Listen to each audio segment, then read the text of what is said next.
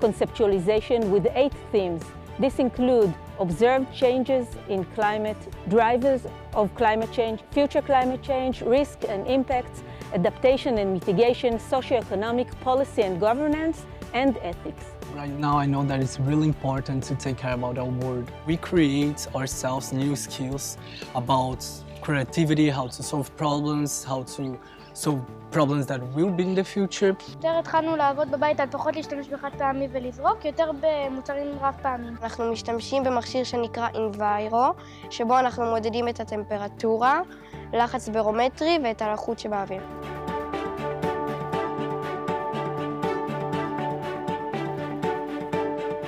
מה שאנחנו עושים בדימונה, עושים גם תלמידים בצפון בדיר חנה, ועושים תלמידים בפלורידה ובמקסיקו, וכולנו בעצם חלק מקהילת אקלים אחת גדולה.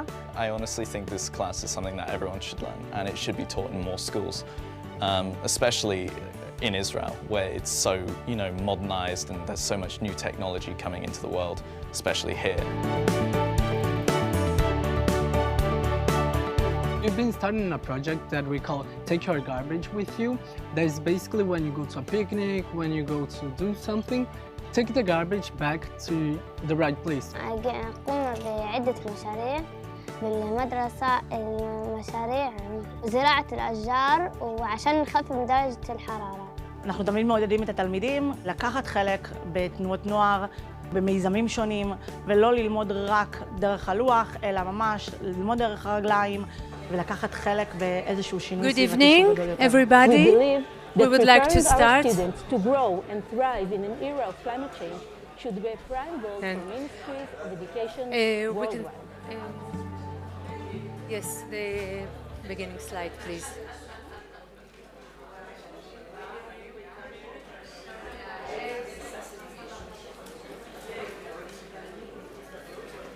Good evening, everybody. Okay. Welcome.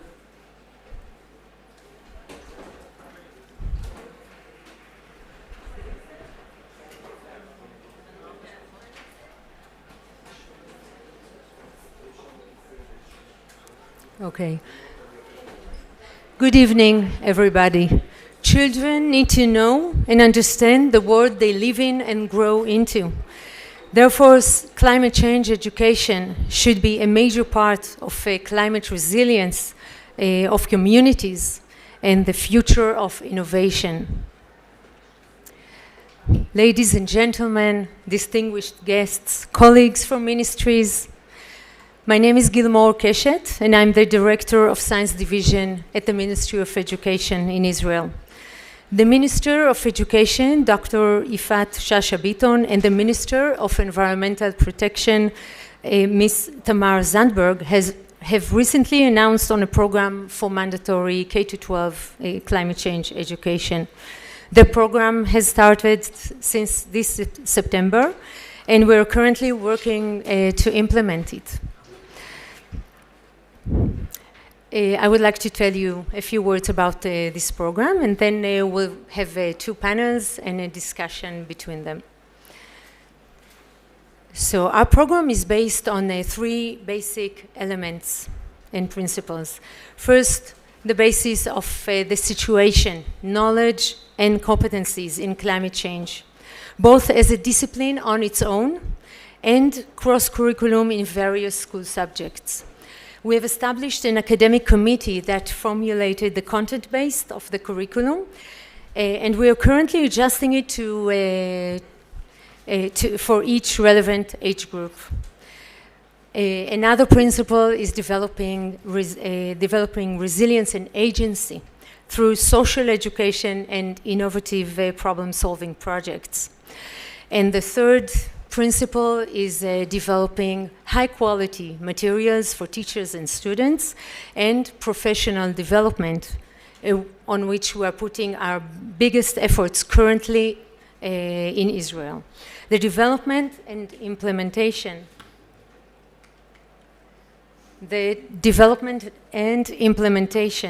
of the program involved partnerships of government, academia, and NGOs. This event is aimed at listing different points of view on various questions on climate change education and allow both specialists and interested parties to share knowledge, experience, and dilemmas. So our first panel will focus on how best to integrate knowledge and competencies with social education. We will ask the panelists to refer especially to the tension between knowledge-driven versus action-driven curriculum in climate change education. First, I would like to invite my colleague from the Ministry of Education, Mr. Hagai Gross, the Director of Society and Youth Administration at the Ministry of Education.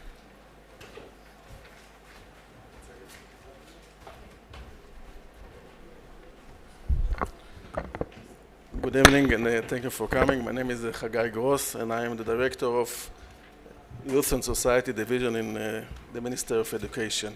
I'm responsible for the informal education in the state of Israel. I would like to go with you briefly the uniqueness of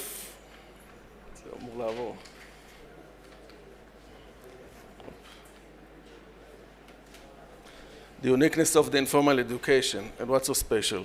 First of all, the time.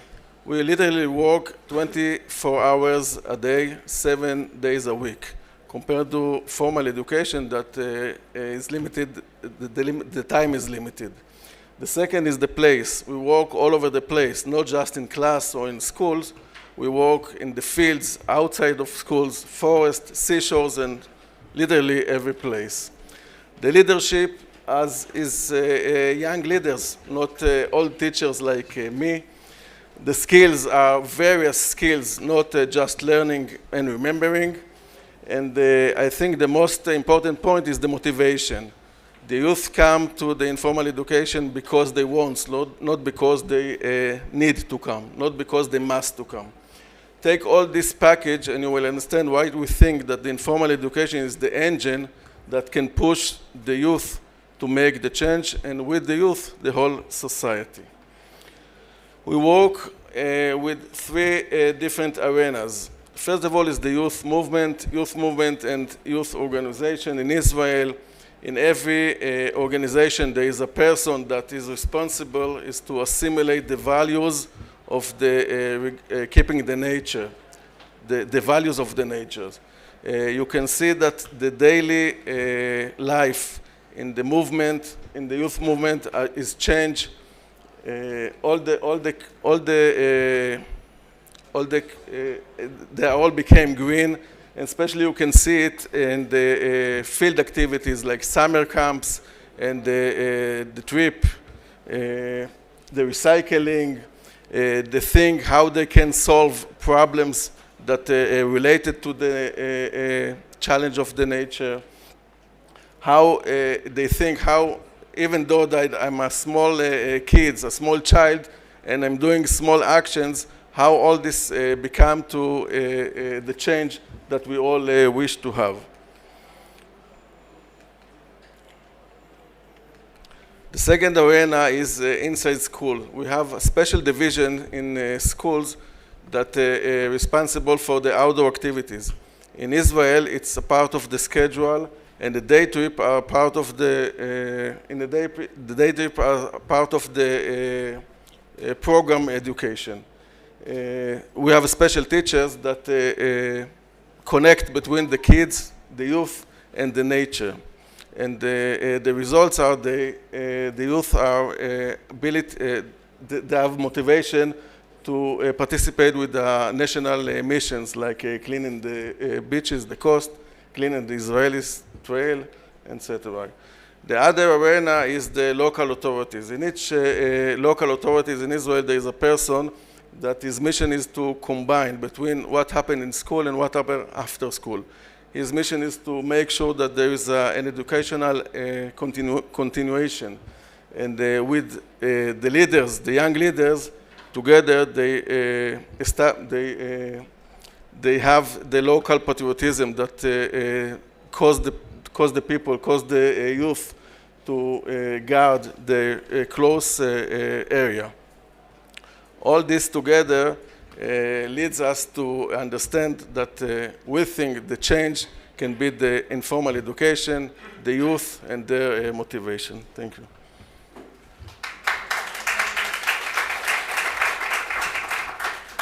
Thank you very much. I would like to invite my colleague, Ms. Rafaela Babish, who leads the climate change education team in the Ministry of Education in implementing the program. She co-lead the panel. Thank you, Gilmore. Dear guests, you have papers on your chairs that you can write down your questions. After the first panel, we'll have time for a few questions. And if we won't be able to answer all of them, you can leave your details and we'll be back to you by email so we can answer all your questions or most of them. So I would like to invite Professor Tali Tal, Dean, Faculty of Education in Science and Technology, Technion.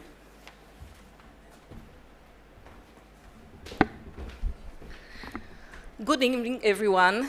I'm going to use the metaphor, but not only metaphor of ecosystem to try to address the complex idea of climate change education. And like real ecosystems that have objects or organisms and relationships between the organisms themselves and the environment, this is the way I wish to look at climate change education. So first we have formal education that occurs in schools and is run by the Ministry of Education. We have out-of-school education, which is part of the formal system, but it occurs outside of schools, in nature parks, in zoos, in museums, in all learning environments that are beyond the schoolyard. And we have informal education, and by informal education I refer not to activities that run by schools but occur outside of school. I mean real informal, such that occurs in after-school programs, in social media, in science communication, in all arenas that people function in their everyday life. And then we come to the question, who does it? So first of all, we have teachers, the main agents in the formal education system. We have informal educators who work for museums, zoos, nature reserves, and so forth. And we have journalists that are active in the science communication arena. And we have, of course, activists. They are also part of climate change education. And if we consider climate change education as a broad phenomenon, then all these agents are part of the who does climate change education. Lastly, we ask what kind of climate change, or what do they do? And they provide knowledge, for example, and knowledge is a very basic thing, so we should not ignore the knowledge base that everyone has to have in order to deal with climate change education. They also have to develop attitudes of students, attitudes of the broad public, attitudes of young people, youth, and so on in various settings. And they have to develop care. So I don't have to explain why care is so important if you want to deal with climate change education.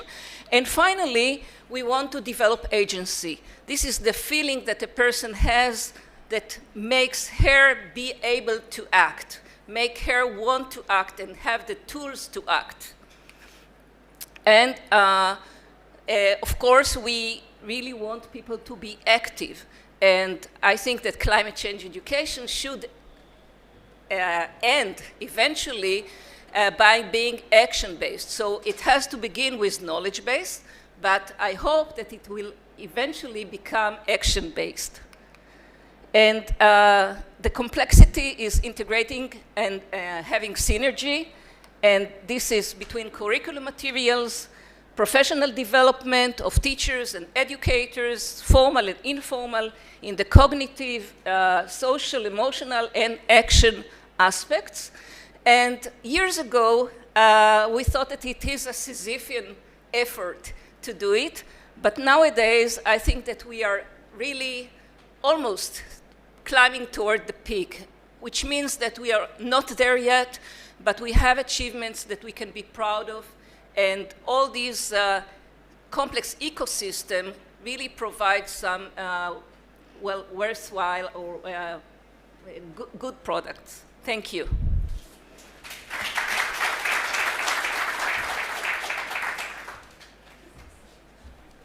Thank you, Tali. I would like to invite Professor Michal Zion, the head of Science Education Program, Faculty of Education at the Center for Energy and Sustainability, Bar-Ilan University. Thank you. I have only 3 minutes, so we are going to start with a 1-minute movie. Well prepared the movie. The movie is 2 minutes, but you are going to see only 1 minute. אני כאן כדי לספר לכם על תופעה מרגיזה, מגעילה, מתסכלת, שהפכה לחלק משגרת חיינו.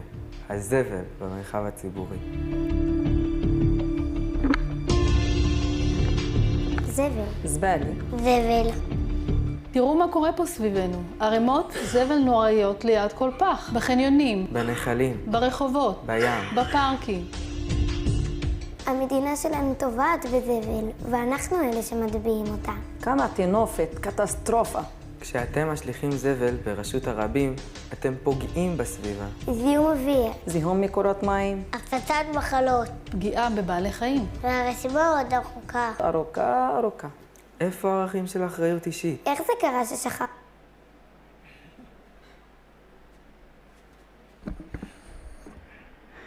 Okay.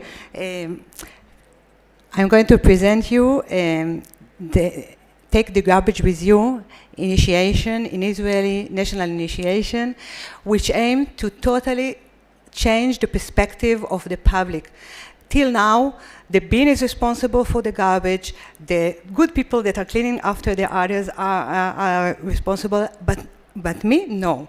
So we are going to change the perspective, and from now on we are going to develop the self-responsibility of all the public not to leave the garbage in the public domain. And this is the big challenge. As you saw, we have a big problem in Israel with the garbage in the public domain. So this is the changes of the attitude change. There are several values like solidarity, self-responsibility, belonging, and the education system plays a major role in this perspective change. In Israel, all the education system gather together in order to do a synergistic effect. It means informal education setting and formal education setting from all ages, kindergarten, primary school, junior high school, and also youth movement, youth organization, all together. We have developed several settings, and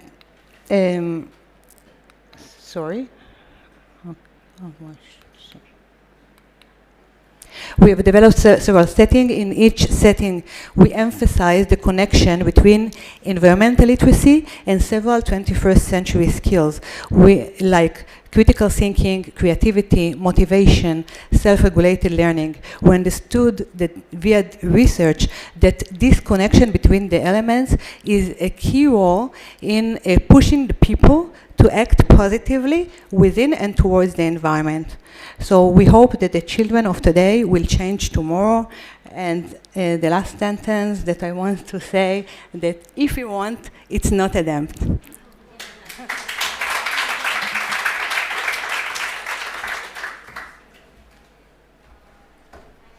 Thank you, Michal. I would like to invite Dr. Hanan Ginat, Mayor of Eilat Regional Council.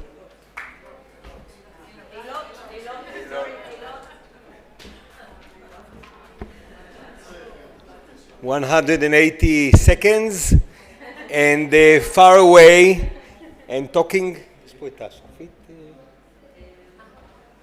And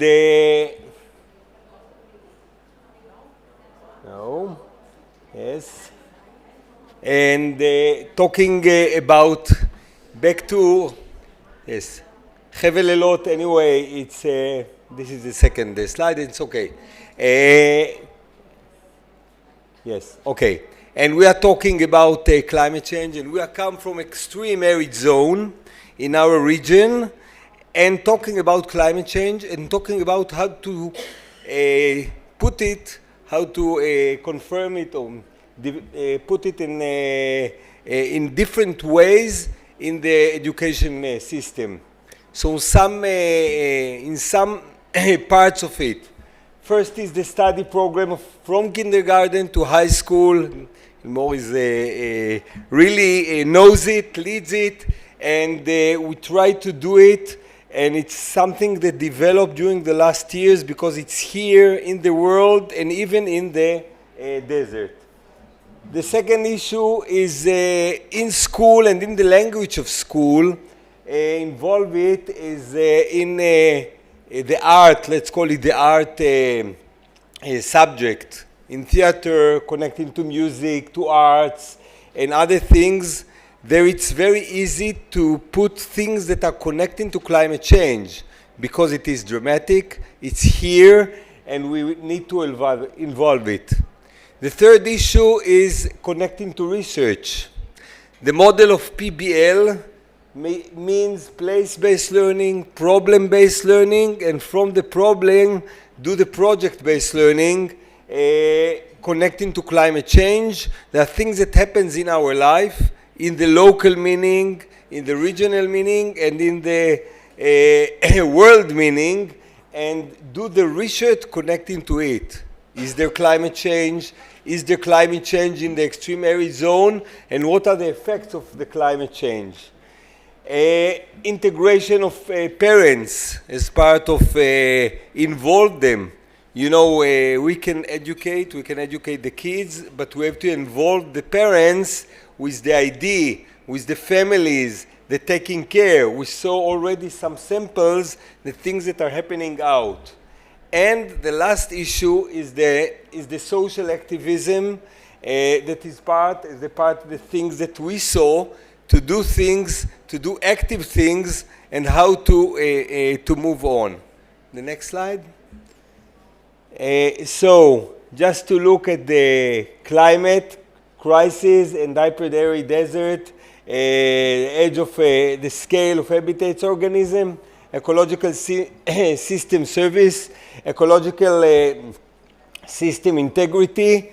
So where are we, and where are we in the deserts, and how we can see change in the desert, and we see them in our region, we see them in Eilat, we see them in our desert, and it's very interesting to see in different climates how it change and how it affect, and even in our desert.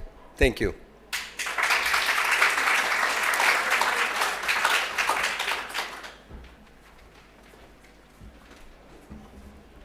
Thank you, Hanan. We stay at the Negev area, and I would like to invite Professor Orit Ben-Tzvi Asaraf, Ben-Gurion University of the Negev.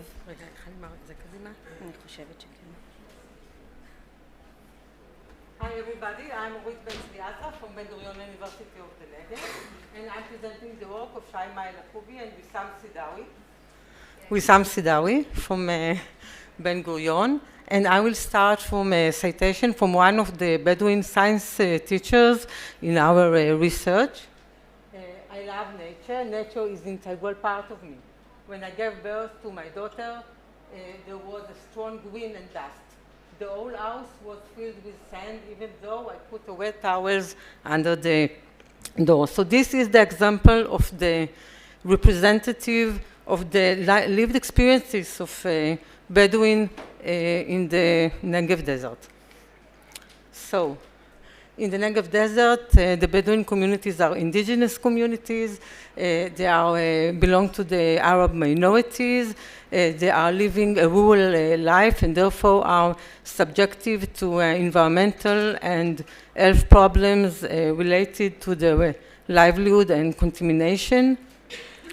And about a third of them live in unrecognized villages in the southern part of Israel.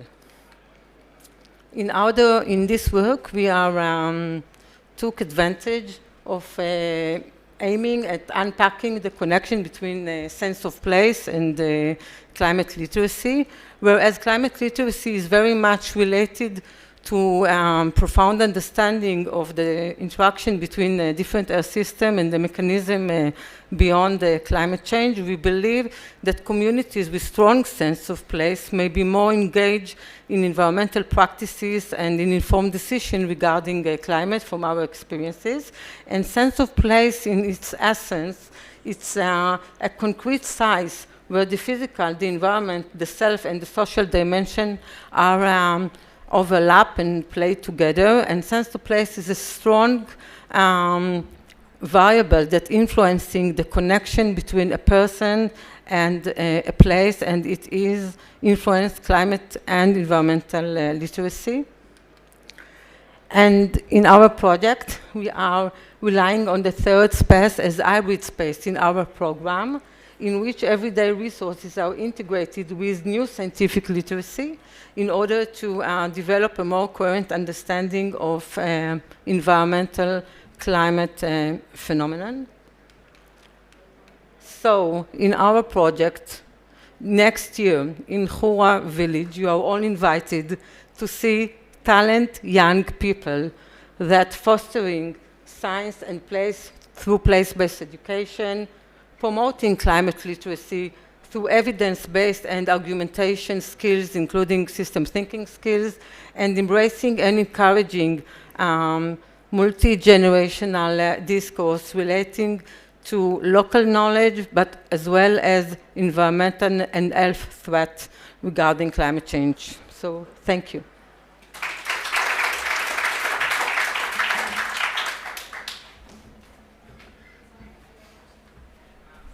Thank you, Orit. I would like to invite Pramod Kumar Sharma, Senior Director of Education, Foundation for Environmental Education.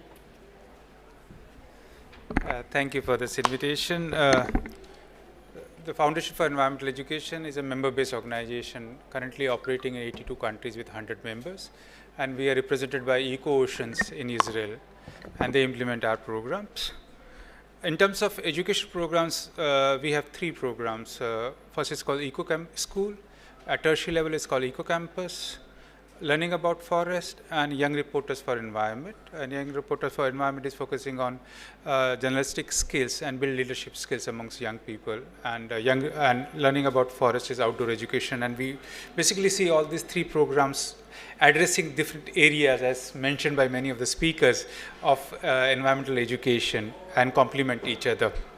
We have kept it very simple in terms of when we look at program implementation, and that we have kept children at the center.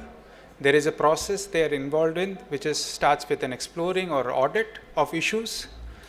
We keep in mind that we encourage them to also look at good things, just not at bad things. Don't frame environment from a problem perspective only. It has to be also looked at from a culture and also appreciate what is happening in a good way. Because if those things are not appreciated, they will go away in a generation. That's what I have seen in many parts of India where we have worked for 20 years, and those traditional knowledge has just vanished over a generation when something came in which overrided it.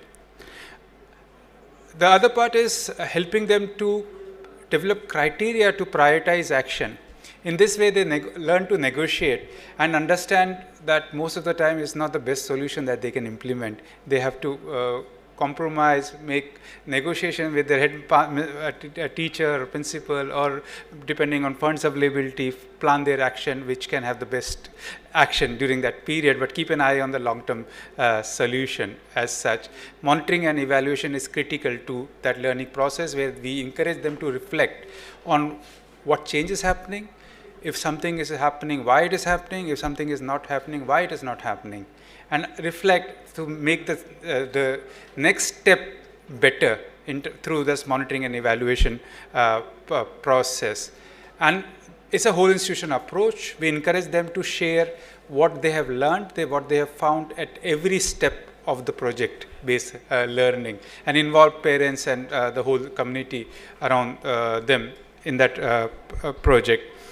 And ultimately, it's an accreditation that we give to the school in form of a green flag or a learning about Forest Plec for achieving certain standard, and we build that motivation and pride in keeping that standard, because it takes at least 2 years of implementation what we have learned to perfect project-based learning at an institution level, and teachers being comfortable doing that. I'm available for any other questions depending on the time. Thank you.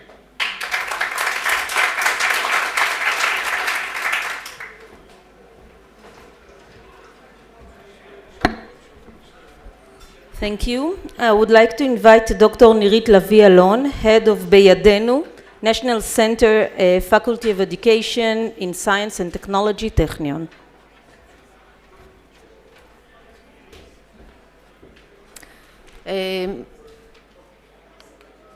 Okay, so our center, Beyadenu means, for the non-speaking Hebrew, in our hands, our hands. We are one of the centers that the Ministry of Education is promoting in order to help the science teachers to develop their scientific knowledge. And we doing it in the subjects of environmental education and education for sustainability and for climate change. As you heard before, the Ministry of Education decided that since this year, every student has to learn 30 hours a year on climate change. So we need to prepare the teachers. This is our mission. We need to prepare them in training, in material development for the teacher, for the classes, and this is our team that makes it happen. What we do in order to do that? So we publish a weekly newsletter that has materials suggesting to the teachers to learn more about the subject and how to teach it in class. Every week, different subjects. We have a Facebook page, and we have WhatsApp groups that teacher can be active on them, and we have a website that they can find there all our materials. And actually, we try to establish a community of teachers for climate change. We have every year 3 magazine or bulletin in different topics. Last year, for example, one of them was about the IPCC 6 report and a suggestion how to teach it in class, also about the SDGs and citizen science in class. And nowadays we are preparing a new issue about climate innovation and technology, because we think the teachers should know what is going to happen and how technology is, may help deal with these climate change problems. We hold seminars and conferences. Last week we had a very big seminar, online seminar for about how to teach climate change, and many participants, many teachers have been in these seminars. And in 2 weeks from now we are starting a series of lectures about these innovation technologies and other subjects. And also we prepare materials. We modify articles for students from review magazines about environmental subjects and climate change, of course, so they can know how to read a scientific article and gain scientific skills. And we develop teaching materials and backgrounds and suggestions to how to teach them. And also we translate all to Arabic for the Arabic students in Israel. And we have a lot of projects to the next year, but I think I don't have the time to tell you about it. But we need to do everything that we can do in order to give the teachers the help they need to teach climate change.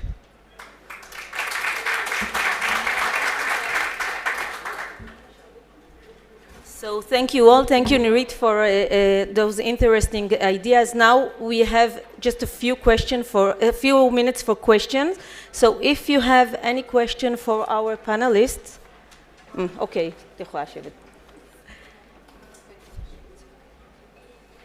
okay, so you can write down. Yes, you have one.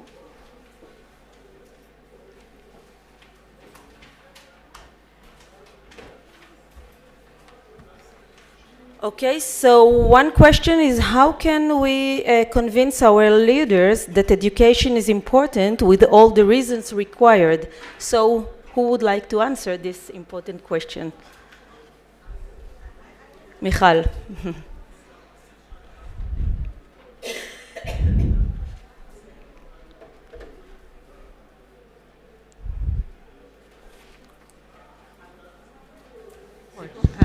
Okay, so how to convince?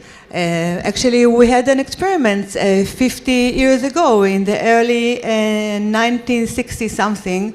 The whole education system in Israel succeeded in doing one of the big challenges in Israel, the protection of wildflowers.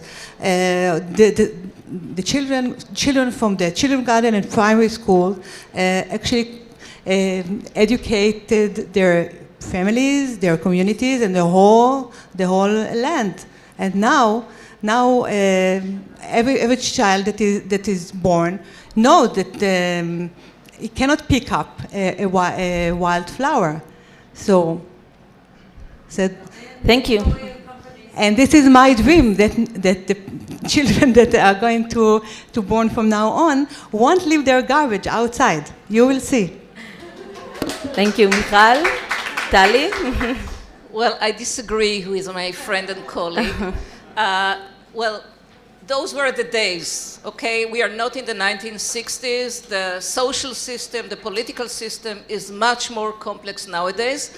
And it's much harder to teach not to leave garbage than living and not picking beautiful white flowers. So I think that the analogy is a bit problematic. Happily, I think that the whole education system is very supportive now, and we feel this support in our everyday practice, and we see lots of enthusiasm on the side of the teachers. So I believe that at least with climate change education, not so much with garbage, the support that we get now from the Ministry of Education and the collaboration between formal, informal, and all these different bodies and institutions that we represent gives me, makes me optimistic about so despite the differences between now and the 1960s, I think that we can be a bit optimistic. Thank you, Tali. One of the things that I have observed, especially in countries where there is a connection between political leadership and school, is when they see schools' involvement as a solution to some of the problems they are facing and how those can be channelized. And the other is that how do you create that engagement? Because civic engagement is an important part, and when we say active citizenship, how do we encourage children to participate in those processes where those decisions are taken, how those decisions are taken? And we have a very good example of that's happening for many years in Malta, where they annually have a meeting, I think twice at least, with the education minister, the head of Eco Committee. The students have a meeting and they have their own charter present and follow up, and they discuss what they discussed in the last meeting and nothing has happened, or kind of thing. But it's about training, and it is also about not looking at a short term, because it's not that it can be, the problem can be solved, but getting them involved in that process as active citizenship or active citizen is an important. And hopefully, because education delivers not in a very short term, but in a long term as a process, it will also bring about that change. Okay, thank you. We have just one more question, and we will answer all of them by email. So, did you run into cases of climate anxiety, and what can we do about it?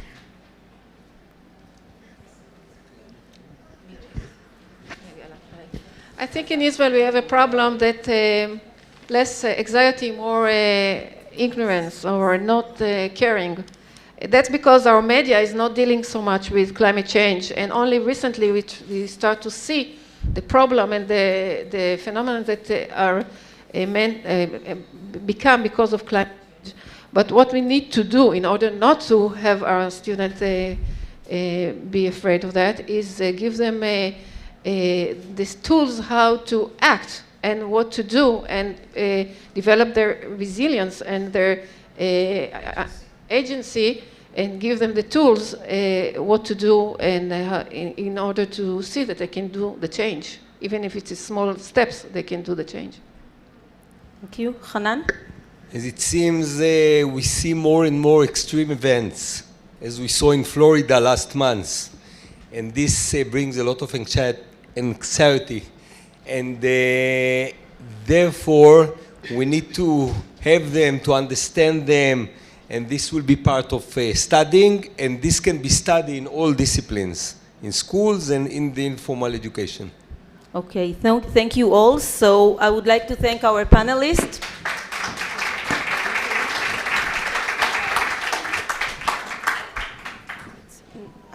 Maybe later. Okay, so our second panel will focus on the importance of partnerships in climate change education and in models of climate change education in the various communities.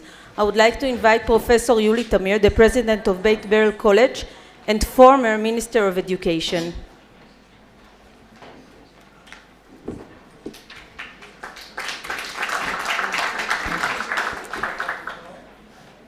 Thank you and good evening. I think this evening is all about a partnership. And I would like to thank Gilmore for, I think, quite an unusual occasion of a partnership between the ministry, the school system, and the teacher training. I mean, these are the most important partners that can allow a system to undergo a massive change. And this is what we aspire to do. We don't want to have occasional lectures about environment or occasional activities. We want to make climate change a basic part of the curricula of every school and for every child.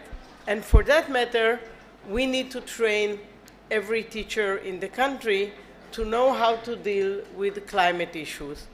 Now, when we say every teacher, I think the Technion is doing a wonderful job with science teachers, but also if you are a literature teacher or a Bible teacher or whatever, just a preschool teacher, you need to know how to deal with these issues. So for us, the systematic change has to be integrated in the basic training of teachers. Now, we all agree that training teachers has to do both with how to transfer knowledge, but also how to deal with questions that are problematic from the point of view of anxiety, of climate fear, of some sort of desperation among young people. And we want our young people to be aware, somehow optimistic, and active. So those are the three aspects of behavioral aspects that we try to integrate in teacher training. I will just say, in conclusion, that we in Beit Berel try to make it a comprehensive move for the whole school. So everyone who comes to Beit Berel within the next few years will be trained in this way. For some people, it will be their major subject, but for many, it will be a piece of information that is essential for them to be nurturing these skills among the next generation. And I don't know whether the comparison to Don't Pick the Wildflower is a proper one, but I do think that Israel has a long history of children educating their parents. And in this respect, this is what we expect children to do. We expect children to be able to say to parents, don't do it, it's bad for the environment. And in this respect, we put a lot of trust in the next generation. Thank you very much.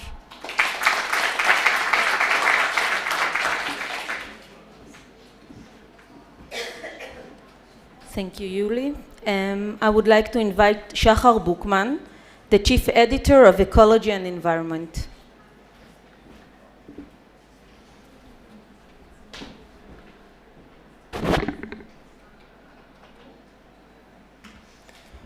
Good evening to you all. So I'm the editor of Ecology and Environment.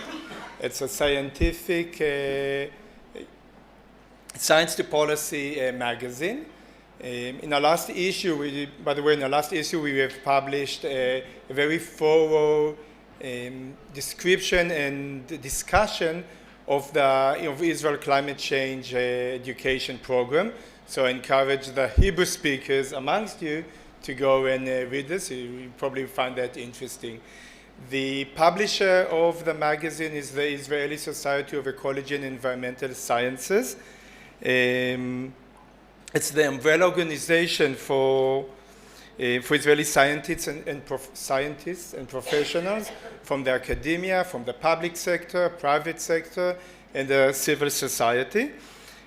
The society has four main goals: advancing the field of ecology and environment in Israel, strengthening the status of the scientific community, creating platforms that bring together scientists and policymakers to enhance science-based decision making. And fourth, but last but not least, is education. And I'd like to elaborate just a bit more about what efforts we do to educate the public. Our main project is Zavit in education. Zavit is a Hebrew word for anger. And the dedicated staff of Zavit, all of which are experienced teachers, use up-to-date articles written by our society's news agency, which are also published in Israel's leading media outlets, and they use that to create a wide variety of education materials. They prepare lesson plans, activities, and more, all based on the latest up-to-date scientific research.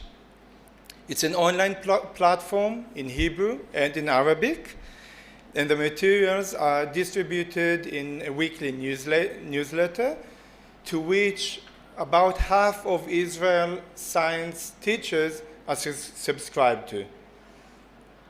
So we in the society are proud to promote environmental and science literacy among Israeli students. Thank you.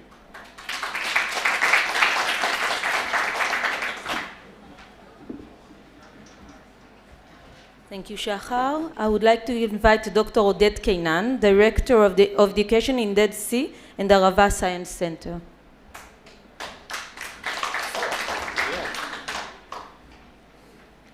All right. 38 years ago, the renowned naturalist Edward Wilson proposed the biophilia hypothesis, the possibility that humans' deep affiliation with other life forms and nature are rooted in our biology. The biophilia hypothesis led to the establishment of hundreds of parks and natural and semi-natural habitats within cities worldwide, and dozens of studies and educational programs were conducted and developed on the subject. But despite this, in recent years, we have witnessed the process of alienation and disconnection of entire communities from the natural environment.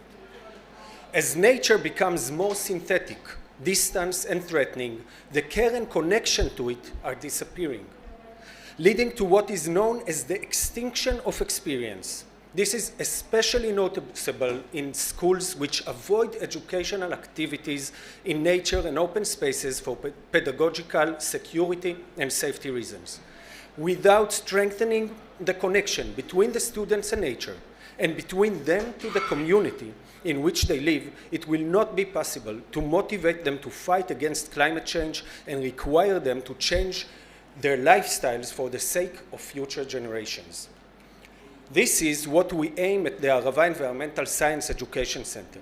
In recent years, we have built various educational programs connecting local stakeholders and unique desert ecosystems to school students to develop a sense of belonging and caring for nature. Our center includes a makerspace, an advanced scientific laboratory, renewable agriculture and desert gardening plots, desert hiking trails, and shared research spaces with the Dead Sea and Arava Science Center researchers. The researchers, together with teachers, assist the student in designing solutions to life challenges in the desert, promoting the United Nations Sustainable Development Goals, and fighting against climate change. These days, we are expanding our activity to all branches of the Dead Sea and Arava Science Center throughout the Negev, and also to schools of the Bedouin society. The students experience life in extreme conditions in the heart of the Ramon crater, learn about renewable energy in southern Arava, and fight for the future of the Dead Sea in the Judean desert. Turning the desert into a learning environment, the participation of researchers and stakeholders in the educational process, and the use of cutting-edge scientific and technological means for environmental education helps strengthen the students' connection to nature and bring biophilia to the fore. Environmental citizenship and the aspiration for change can be shaped only in this way. It is not enough to teach about climate change crisis. It is not enough to provide data on the amount of carbon dioxide emissions or the increase in temperatures. We must strengthen the connection of the students to their environment and encourage the longing for a better, more just, and more sustainable world. Thank you.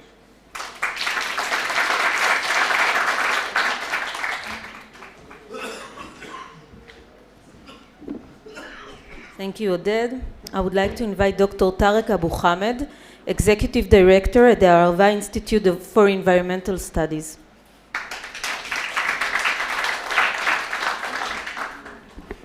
Good evening. I'm here today to talk about the importance of regional and environmental cooperation on environmental issues. We all know that one country alone cannot deal with the climate change. And add to that the region that we live in here in Sinai, in Israel, in Palestine, in Jordan, where we share most of the natural resources. The region that we live in doesn't lack natural resources. We have enough sun, we have the right technologies to produce our energy, to produce our water, and thus produce our food.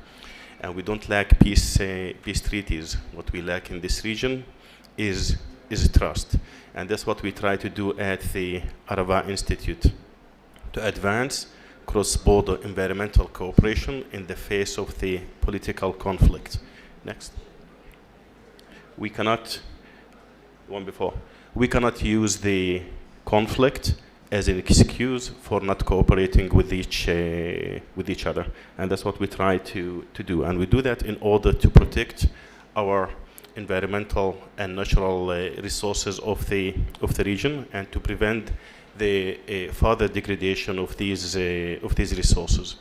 We are an academic and research institution. 1/3 of our students are Arab students, Palestinians from the West Bank and Gaza. Yes, you heard correctly, from Gaza. The first 1/3 Palestinians, Jordanians, Israeli Arabs, Moroccans, students from Sudan, 1/3 Jewish Israelis, and 1/3 international students. And when we talk about environmental education, as I said, one country alone cannot solve the region's environmental challenges or cannot deal with climate change. Regional cooperation is a must. Students come to the Arava Institute, they spend 1 semester or 2 semesters, then they go back to their universities, and we are accredited by Ben Gurion University of the Negev. We're also a research institution. Next, please. And we have several research centers that deal with climate change on renewable energy, sustainable agriculture, transboundary water management, social arid ecological research, political ecology. We cover the whole spectrum of research, basic research, applied research, research and development, and we do a lot of work with the communities in the region, with farmers, with municipalities. We have projects inside Gaza, we have projects in Kenya, we have projects in the West Bank, we have projects in the Negev, we have projects in the Galilee. And we use science, we use environmental education as a bridge to connect between people. All of these research centers conduct research in the region. We deal with regional environmental challenges. Our students are involved in most of these researches. We have also an internship program where interns do research and are engaged in the projects that are in the West Bank, in Israel, in Jordan. So everything we do at the Arava Institute is based on project-based learning. Thank you.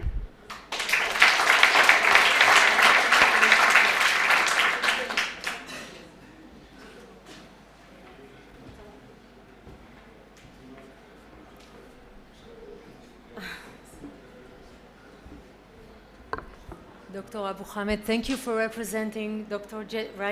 Jessica Schacherman, right?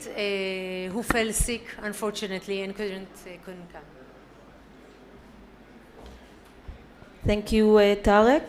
And now I would like to invite Einat Kremer from Teva Ivri.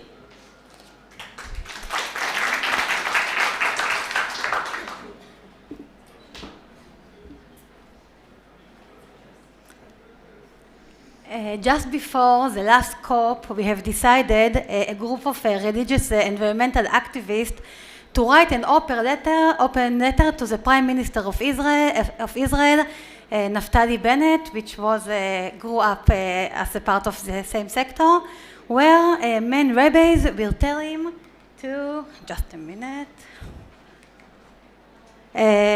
to look about climate change as a pikuach nefesh. Pikuach nefesh means it's a matter of life and death, and in the Judaism code it means you have to put everything aside and only be concentrated on this and to do everything needed to solve this problem. Because we were thinking that the rabbis doesn't have to know everything about climate change because they have their own issues to deal with, we arranged a webinar to these rabbis where Dr. Leah Ettinger, most of us know, tell them everything that the report of the IPPC was talking and try to teach them this subject.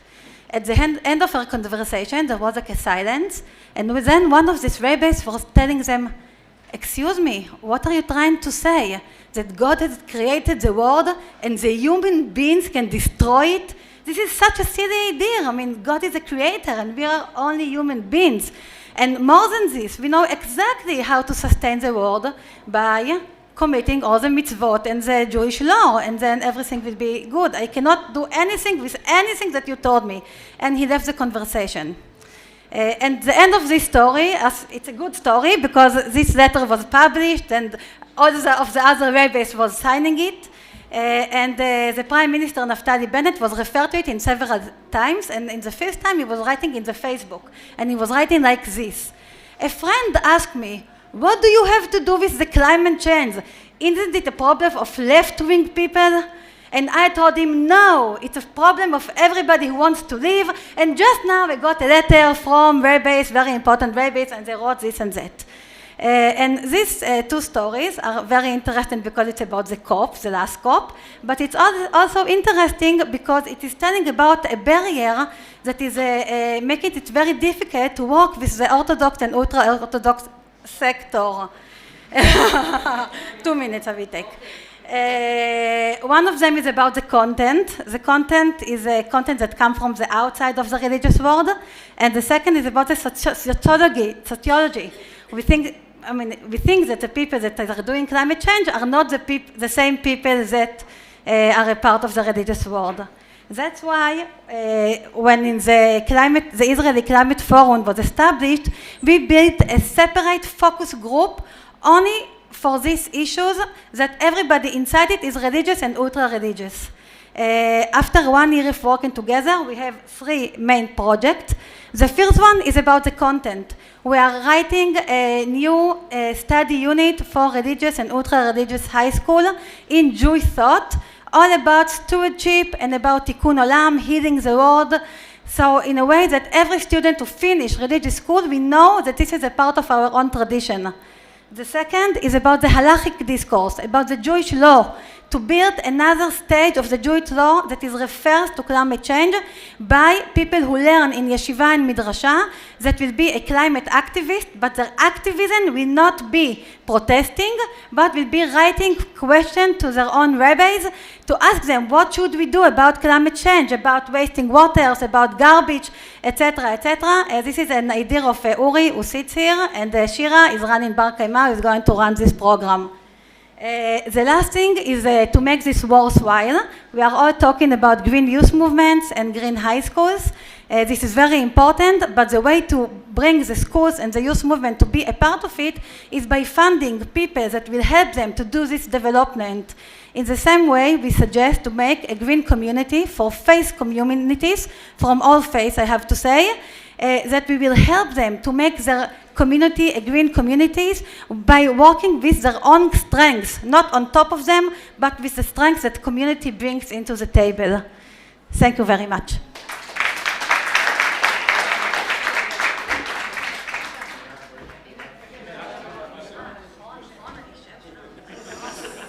So thank you all for your inspiring lectures, and now it's time for questions.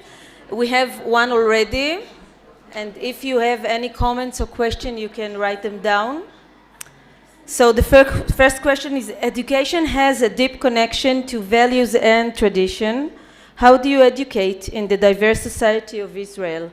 I think, Einat, you will be... I will say something about it that I didn't say before. Many times we really like to teach other sectors about how to be green like us.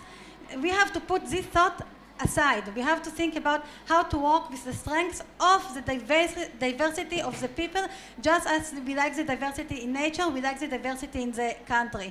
If I'm talking about like the Haredi communities, they usually don't have private cars, they don't fly anywhere. They have a very, very strong helping between the community about people who have problems, and all the clothes that they buy, they bring from one kid to another. And if we start to learn from them, and not only to teach them, then they will be a part of the conversation and they will gain more things as well.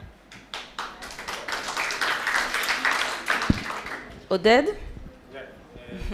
One? Do you hear me? Yeah.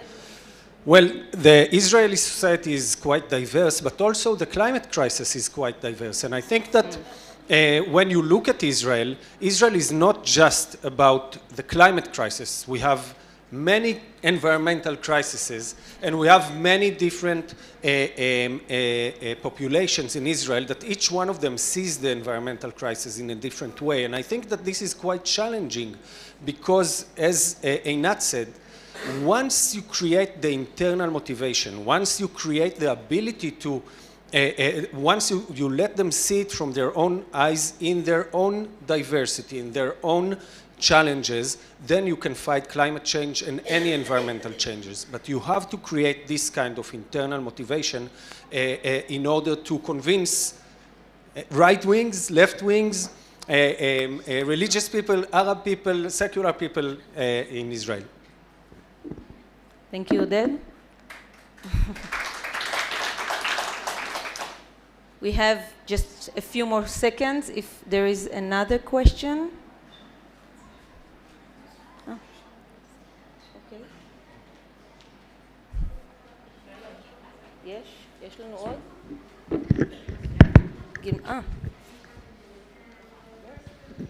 Okay, I did pass my kind of question because I don't have paper, but so I guess curriculum speaking, did you know that the Ministry of Education Israel is already officially the first Ministry of Education? Hello? Oh, the first Ministry of Education to not only implement climate education, but to train teachers? Because this summer, the project, if you hold up what I gave you, there's a program called Caring for the Future, based on Project Drawdown, which is an incredible piece of curriculum with a plan to reverse global warming. We trained 100 teachers, 64 of them passed, and in September they entered the school systems with climate education. We are here in COP27. I'm deeply involved in raising the awareness of the UNFCCC, working on negotiations with the ACE program, and I already have announced to them that I believe Israel is the first ministry to do so, and if one can do it, many or all ministries of education should be able to do it. And we just got news 3 days ago from the Ministry of Education, Israel, that there's a new budget to train trainers to train teachers. And with that one piece of curriculum, there's many, many more like you out there, and Michael and Archibald are examples, if you stand up. They have also thousands of pieces of climate education ready and waiting for all of you teachers and the Ministry of Education. So I think we should do a round of applause for Israel and lead the way. And COP28, everyone should hear about it. Thank you. Thank you.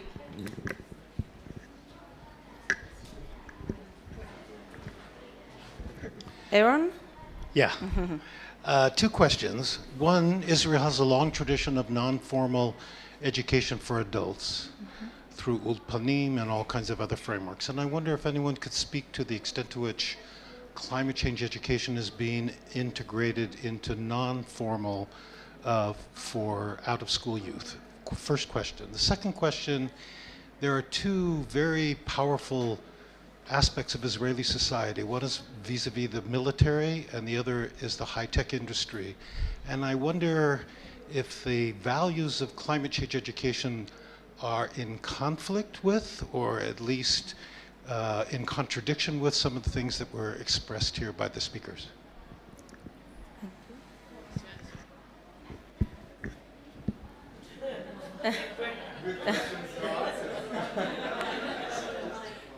I think partly, those are great questions.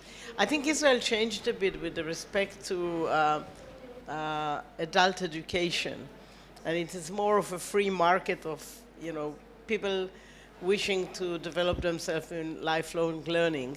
And you have a great point in emphasizing that the state doesn't really do enough in sort of approaching people to allow them to develop interest and knowledge in this sphere. I think the army is growing more aware, not enough, but is growing more aware of the environmental needs. It used to be like a nuisance, now it's more like, okay, we should consider it. It's not yet, we are totally committed, so we are on the way.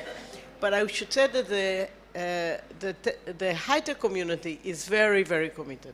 And I think you can see in this pavilion, there's so many companies that are active in this environment, and we are trying, and this is really, really early days to say something more substantive about it, but we are very much trying to get this community to be involved also in teacher training, because the teachers want to be part of something that is successful, interesting, currently sort of developing, and in this respect, I think that if we succeed, we will see we have some collaboration with Adama, some collaboration with Netafim, big Israeli companies that are very successful in this field, but I think much more is needed, and we started by talking about cooperation and collaboration across sectors, so that's a very important point.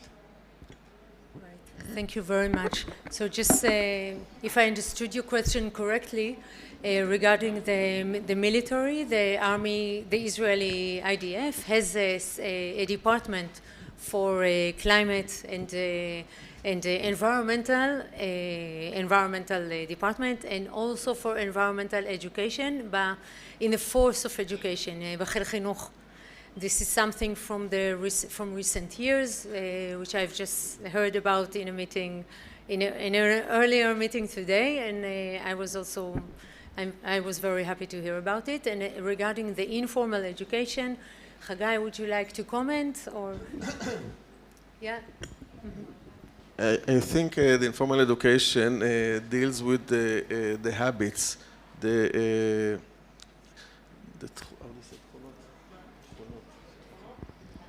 attitude, and when the youth grows with this attitude, its influence also in the army. A lot of young leaders became young instructors in the army, and also after the army, about the high-tech. Excellent. And a little bit more about the program that we have is a joint program with of the Ministry of Education and the Ministry of Environmental Protection. And the Ministry of Environmental Protection puts a lot of funds into educating the informal, the youth movements, and they establish departments for environmental and climate change and sustainability. accountability. There are coordinators in each section, and they opened a really big operation regarding that in the past few years, and especially during the past year.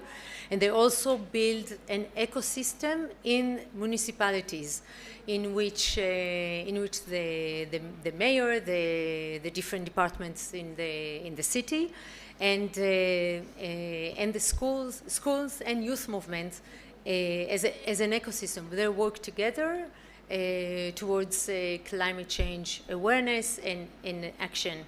So it's really, there are many things that were happening in the past few years, and especially this past year, to have an effective climate change education. Was this answering your question? All right. Okay. So if you could please present yourself, Yeah. and direct your question to a panelist. Yeah. Or So my name is Yair from a company called Home Biogas, and we are in Israel. We have a strength. We're called Startup Nation, and we need a lot of innovation to help the climate change. So it's one, of course, it's a behavior, but second of all, I think we have an opportunity here to actually sell something to the world, this innovation. So for me, I want to understand, mostly from Yuli, and like looks at from above, and also other panelists, of course, Tarek, but that how do you see the connection between, from a young age, the education of children to re-innovate, to think, and how to change the climate through this agenda of the Startup Nation? Thank you. Well, I think that children grow to admire the startup, culture and environment in Israel. And we mentioned earlier the project-based learning. We mentioned earlier active learning. Children that can experience and learn with companies, with mentors from companies. We in Bet Barail now bring a lot of people from the high-tech world to be mentoring, not only on climate issues. And we find teachers are really excited by it, because it's, here comes somebody from a different environment and gives them another perspective. And I think this is wonderful. So I'll take your number later, and you'll see how it works.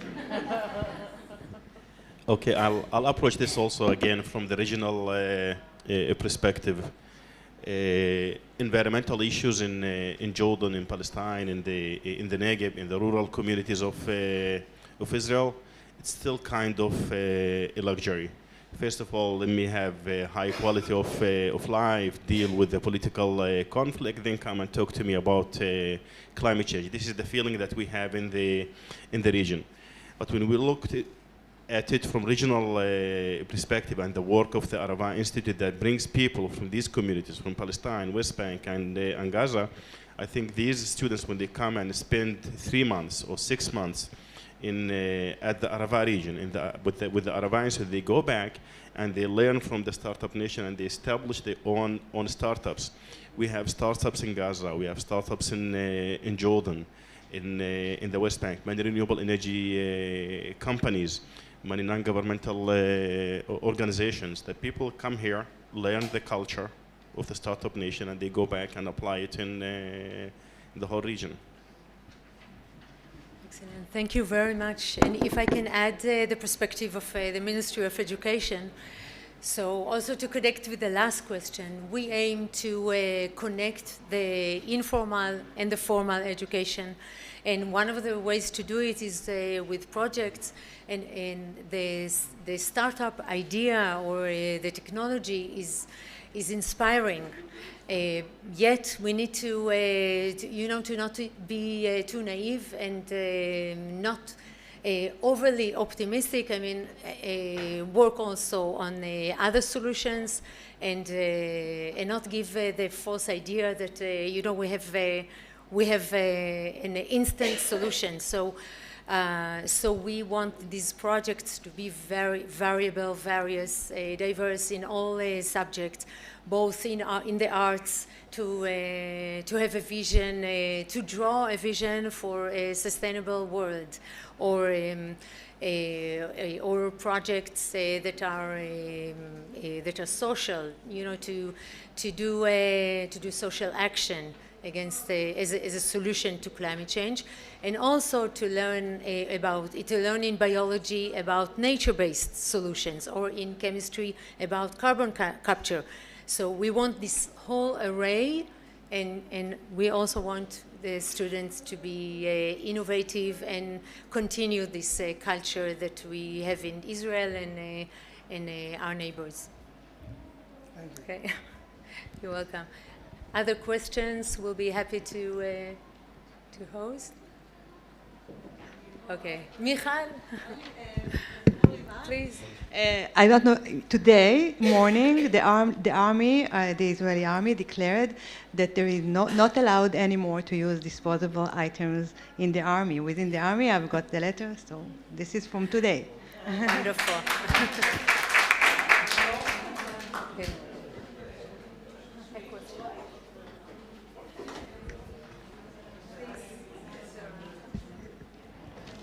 Thank you very much. I'm Professor Michael Skoulos from Greece, and I have the UNESCO Chair for Sustainable Development Management and Education in the Mediterranean. Perhaps I know some of you. But I was impressed by what you presented here, and I wish that we see Israel more both in the Mediterranean Committee of Education for Sustainable Development and the UNICEF Steering Committee on Education for Sustainable Development. This is all. Yeah, thank you. We all will be happy to join. Please. My name is Sherry. I am an owner of a network of colleges in Australia, recently returned to Israel. I work in the section of the interfaith, and I really am grateful to see this, as emerging area that we are developing education. I wanted to ask about the Ministry of Education and how we may explore the interfaith for sustainable development as innovation in the area of delivering biblical studies. Biblical studies have been presented for us since so many years in the same way, and I want to ask about this innovation in connecting Bible and ecology into the education system. It can be a huge impact and a way to connect us. Spiritually, the education actually has to acknowledge that the environmental problem is as well a spiritual one, and there is a great space there. So, thank you very much for a great question, Einat.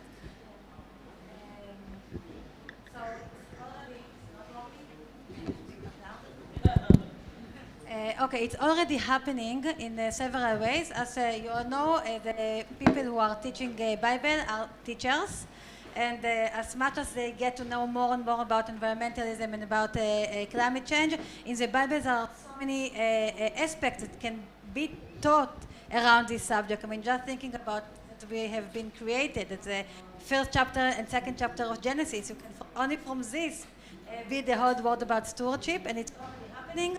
Sometimes in an organized way, like I know that the Hartman Institute are writing materials around it, but many times it's through the teachers themselves that when they teach the Bible, they decided to put these ideas and knowledge and to have a conversation with the pupils about what does it mean to our life.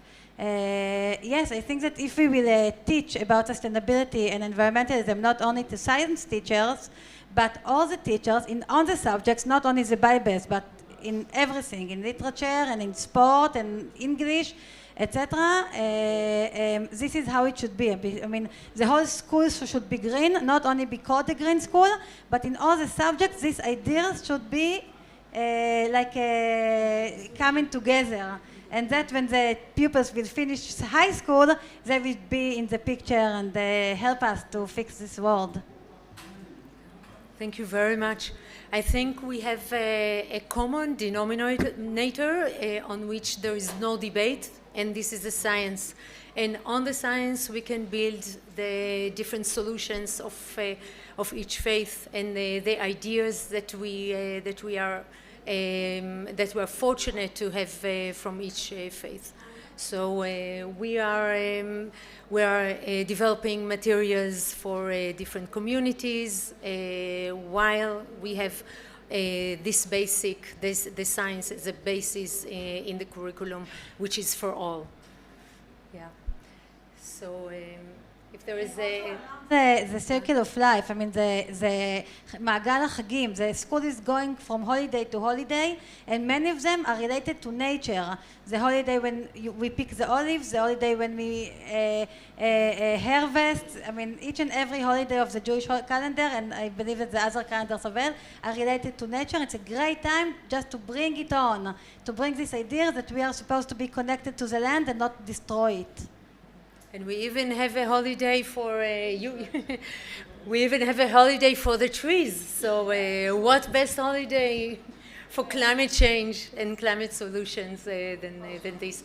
And in this holiday, which is around January, February, yeah, we're going to have a whole month, hopefully, on working towards climate change and then education.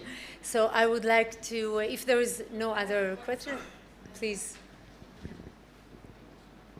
So this will be the last question, right?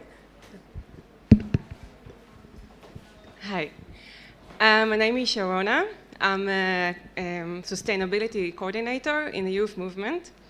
And my question is for all the panelists. We're talking about climate change education. So I want to ask you, how do you see, what is the biggest challenge in climate change education in Israel right now as you perceive it? Like, what is the challenges you think we, in this point? It's a wonderful last question. Yeah. Well, I think that the big challenge is educating the decision makers in the government, legislators, or students. Well, believing that school kids will change the situation in general is a bit naive. They will be the future decision makers, so they will be able to make decisions in 15 or 20 or 25 years. But the urgency needs more education for decision makers and legislators. I'd like to add to that. I think that there is some very deep challenges with education to the youth in Israel. I don't know, maybe in other countries as well.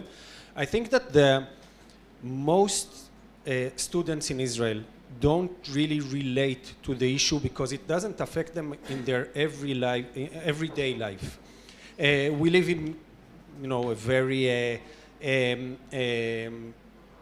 luxurious society, and they have to understand. They have to feel it. They have to be aware. Not only with their knowledge, but also with their feelings. And I think that we, at the moment, we fail with that. And I think we need to acknowledge that. And I think we need to find the right ways of getting into their hearts and convincing them, because fighting climate change means changing lifestyle, means changing the way we live, the way we consume, the way we interact with the environment. So I think we're not yet there, and it is a lesson that we need to take from here and to try and find the right ways to implement it. And I think that youth movements and informal education together with formal education, if we do it in the right way, that can lead to that, because youth movement usually knows how to turn to the feelings, to the values. I believe that the thing that I find the hardest is when we give them the knowledge about the climate problem, they get to be scared and to feel fear. And when you are so much afraid, you don't do anything. You are just stopping from doing anything.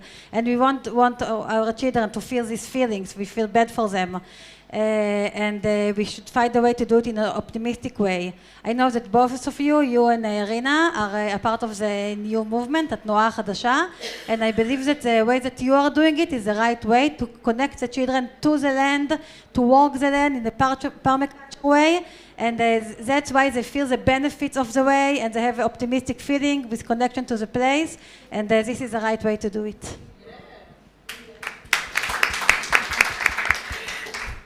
Wonderful. May I express, thank you. On the issue raised, we see that many times it's more easy when you get to the three specific ways in which each one of us connects to the environment, which is the very egoistic, good for my health, good for my family, public good, still anthropocentric, but social, as a social good, altruistic, and then the intrinsic value of the flower of all that. We need to use all the three in a different way in the different ages. It is much easier when you go and say, your water, they understand. And then you start from that to bring in the climate change. Because at the first approach, yes, you have to survive. So there are different ways in which all what it was said today, we have tried many ways, and we try this combination in a different percentage, let's say. We need all, because all we approach in all these three ways the environment. That's. Thank you very much. Okay, thank you all for staying up so late and coming here, and for this lively discussion and the great ideas that you've shared. And we wish you a great rest of COP27, and hopefully climate change education will bring the effect it destined to bring.